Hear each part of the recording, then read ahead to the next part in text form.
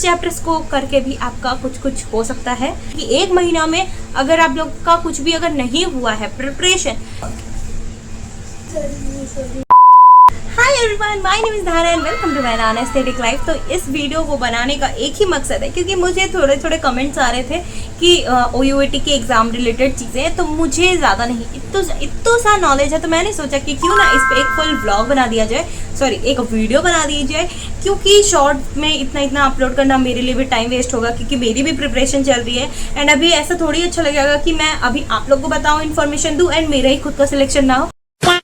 इसकी वजह से मैंने सोचा कि एक वीडियो में ही इसको इंक्लूड कर, मतलब सारी चीज़ों को इंक्लूड करके एक वीडियो में ही खत्म कर। And wait, don't skip this video, क्योंकि एक मिनट में पता नहीं कहाँ पे कौन सा इंपॉर्टेंट चीज़ आपकी छूट जाएगी। आपको भी नहीं पता, मुझे भी नहीं पता, तो स्किप मत करना, पूरी वीडियो को अच्छी तरह देखो। एंड ये वीडियो क्रिस्प होने वाला है, ठीक है, क्रिस्प छोटा सा वीडियो होगा, ज़्यादा लंबा नहीं होगा। ज़्यादा बिना बकवास करते हुए मैं सारी चीज़ें बता दूंगी दोस्ती, क्योंकि मुझे बहुत गर्मी लग रही है, मेरा दिमाग चकरा चुका है गर्मी से। First part includes all the important topics, all the important chapters and और भी बहुत सारी important चीज़ें। अगर आपकी ऑलरेडी सिलेबस कंप्लीट है एंड अगर आपको एक महीने में बस रिवाइज करना है, और वेटेज वाइज अगर मैं बताऊँ तो वो सारी चीज़ें मैं फर्स्ट पार्ट में कवर करूँगी। बहुत गर्मी है भाई साहब, बहुत गर्म लगुचे भाई। सो स्टार्टिंग फ्रॉम बायोलॉजी में इम्पोर्टेंट है genetics, plant kingdom, photosynthesis, plant physiology and cell human physiology and biotech. इसमें अगर मैं आपको बताऊं इम्पोर्टेंट टॉपिक, तो बीटी कॉटन वाला जो पार्ट है वो इम्पोर्टेंट है बायोटेक से। एंड प्लांट फिजियोलॉजी से आपको जितने भी प्लांट रेगुलेटर्स जो है वो सारी चीज़ें आपको याद होनी चाहिए। And molecular basis of inheritance, ये बहुत ज़्यादा इंपॉर्टेंट चैप्टर है, तो ये तो आपको ज़रूर ही करना है। बाकी बेसिक्स में जितना कंट्रोल हो उतना बेटर रहेगा आपके लिए भी। प्लांट किंगडम में इंक्लूड किए गए जितने भी एग्जाम्पल्स है वो याद कर लो, तो वो भी बेटर रहेगा। एंड एग्जाम पे जाने से पहले एक चार्ट बना लो कि उसमें एग्जाम्पल्स ही होने चाहिए। फोकस करो, जितने भी आप एग्जाम्पल याद करो वो सारे ही NCERT बेस हो, क्योंकि आउट ऑफ NCERT उतना भी नहीं आता OUAT में। Now it turn off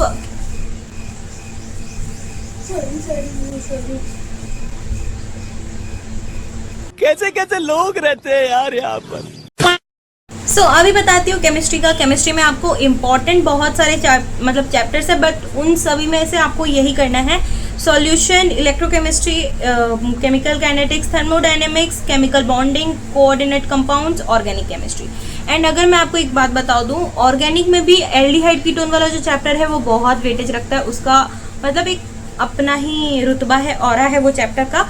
and electrochemistry के लिए आपको रेडॉक्स रिएक्शन, ये मुंह से सुपारी निकाल के बात कर रहे बाबा, रेडॉक्स रिएक्शंस आने ही चाहिए, क्योंकि वो मतलब जो इलेक्ट्रोकेमिस्ट्री है उसका बेसिक जो है वो रेडॉक्स रिएक्शन से ही शुरू होता है। तो रेडॉक्स रिएक्शन छोटा सा चैप्टर है, ज़्यादा टाइम भी नहीं लगेगा, तो अगर आपको इलेक्ट्रोकेमिस्ट्री करने से पहले आप उसको कर लो तो वो आपके लिए थोड़ा हेल्पफुल हो।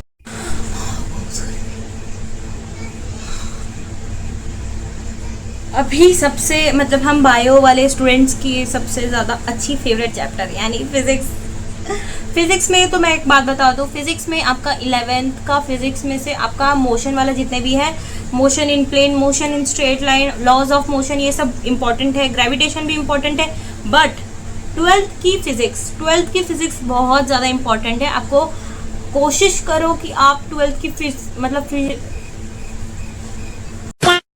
कोशिश करो कि आप 12th की फिजिक्स कंप्लीट कर लो, क्योंकि 12th की फिजिक्स की अलग ही वेटेज है। एंड उसमें क्या डायरेक्ट फॉर्मूला बेस्ड क्वेश्चंस आने वाले हैं, तो उसमें ज़्यादा दिमाग लगाने की ज़रूरत ही नहीं पड़ेगी फिजिक्स में। एंड ऑनेस्टली मैं बताऊँ तो मुझे 11th के अकॉर्डिंग 12th की फिजिक्स बहुत मतलब आसान ही लगती है। हालांकि बोर्ड एग्जाम में उसी की वजह से मेरा परसेंटेज डाउन हुआ था। सो बताती हूँ कि फिजिक्स में क्या क्या है। फिजिक्स में सबसे पहले आपको करना है current, electricity, magnetism, EMI and AC, modern physics और सेमीकंडक्टर्स, इलेक्ट्रोस्टैटिक्स एंड मोशन यानी वो 11th वाली इंक्लूड हो गई है, ठीक है। 11th की laws of motion, motion in straight line and motion in plane, ये सारी चीज़ें आपको कर लेनी है। एंड मॉडर्न फिजिक्स का ना मैंने मतलब जितना PYQ सॉल्व किया है, मॉडर्न फिजिक्स का अलग ही वेटेज है। उसमें डायरेक्ट क्वेश्चन आते हैं, छोटे छोटे, सारी तो एक ही मार्क्स के होते हैं, सभी छोटे रहते हैं। एक मार्क्स के जो कि न्यूमेरिकल वो डायरेक्ट पूछे जाते हैं, तो अगर आप फॉर्मूला याद कर लो तो भी आप फिजिक्स आराम से क्रैक कर सकते हो। एंड आपका 60 से अराउंड 35-40 उतना तो बन ही जाएंगे, अगर आप बस अच्छी तरह से 12th की अगर आप अच्छी तरह से कर लेते हो तो। एंड इस वीडियो को मैं 10th मई में ही पोस्ट करूंगी, क्योंकि 9, 10 और 11 को ही हमारा जून में एग्जाम है OUAT का, तो मैं इसके वजह से 1 महीने पहले इसको अपलोड कर दूंगी, ताकि कोई भी बच्चे मुझसे मोटिवेट होकर पढ़ ले 1 महीने में। और मैं अभी आपको बताऊंगी कि 1 महीना में अगर आप लोग का कुछ भी अगर नहीं हुआ है प्रिपरेशन, तो इस चैप्टर्स को करके भी आपका कुछ हो सकता है। एंड बिना बकबकिए मैं बता देती हूँ क्या क्या बताना है। इन दिस पार्ट मैं जितने भी चैप्टर आपके साथ शेयर कर रही हूँ उसके 90% चांस है कि उससे क्वेश्चन आते ही आते हैं, तो बिना कोई बकवास के सुन लो पहले। Biotech, plant kingdom, ecology, cell, photosynthesis, plant physiology, human physiology, reproduction and genetics. Biology, genetics बहुत ज़्यादा इंपॉर्टेंट, बहुत ज़्यादा। एंड अभी मैं बताती हूँ आपको केमिस्ट्री के जितने भी इंपॉर्टेंट मस्ट डू चैप्टर्स है। तो सबसे पहला है electrochemistry, solution, chemical kinetics, alcohol, phenol, coordinates compound, halo alkane and hello arenes, biomolecules. ठीक है, मैं गर्मी से पगला गई हूँ। नेक्स्ट है फिजिक्स की बारी। फिजिक्स से डरना मत दोस्तों, क्योंकि 12th की फिजिक्स कर लो, आराम से OUAT हो जाएगा। बस मोशन 11 से मोशन वाला चैप्टर आपको छोड़ना नहीं है। मोशन वाला चैप्टर बहुत इंपॉर्टेंट है 11 से, क्योंकि उससे क्वेश्चन आएंगे ही आएंगे। तो पहले स्टार्ट करते हैं current, electricity, magnetism, EMI, AC, modern physics, semiconductor, electrostatics and motion 11th वाली से। एंड हाँ, मैं एक चीज़ अभी ऐड करना चाहूँगी कि अभी हमारे पास ज़्यादा टाइम नहीं है, बस 1 ही महीना बचा है। तो आप एक काम करो, आप हर दिन ही रिवाइज करो, क्योंकि MCQ से बहुत ज़्यादा ही डिटेल में क्वेश्चन आ जाते हैं कभी कभी, एंड वो मतलब क्वेश्चन समझ ही नहीं आता कि वो कहाँ से आया है। तो इसकी वजह से एक चीज़ है बहुत इंपॉर्टेंट, वो है रिवीजन। हर दिन रिवीजन करो। एंड अभी ट्राई करो शॉर्ट नोट्स बनाने का, क्योंकि मैंने खुद वही कर रखा है। मैंने हर चैप्टर्स के शॉर्ट नोट्स बना रखे हैं, उसी शॉर्ट नोट से मेरी क्विक रिवीजन हो जाती हर दिन। तो मैं बहुत बार भूल जाती हूँ चीज़ें कि हाँ ये चैप्टर में ये भी पार्ट था, वो सारी चीज़ें भी मुझे वापस से मतलब याद आ जाती है बस शॉर्ट नोट्स की वजह से। तो प्लीज़ शॉर्ट नोट्स बनाओ, क्योंकि शॉर्ट नोट्स से रिवाइज करना बहुत ज़्यादा कन्वीनियंट होता है। एक चैप्टर में अगर आप फुल डिटेल आपके पास ऑलरेडी है, आपने अगर 11-12 में बना रखा है अगर डिटेल नोट, तो एक बार फुल डिटेल नोट पढ़ लो, एक बार अच्छी तरह से उसको पढ़ लो। एंड उसके बाद उसी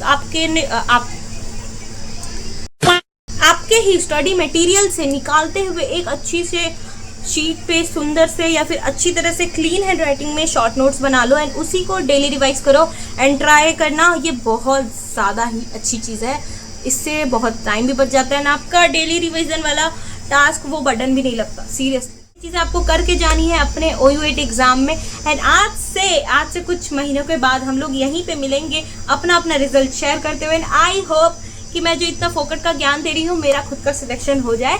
सो इस वीडियो में अगर आप लोगों ने यहाँ तक देख चुका है तो प्लीज़ लाइक कर देना, कमेंट कर देना एंड सब्सक्राइब कर देना, क्योंकि इतनी गर्मी में, ठीक है, इतनी गर्मी में मैंने कुछ मेकअप भी नहीं किया था। इतनी गर्मी में मेरी हालत ख़राब हो चुकी है, मेरे हाथों के पसीने से, मेरे चेहरे के पसीने से आपको पता चल ही रहा होगा कितनी गर्मी है। So do like, share, subscribe to my channel. Thank you so much for watching and love you all, keep supporting.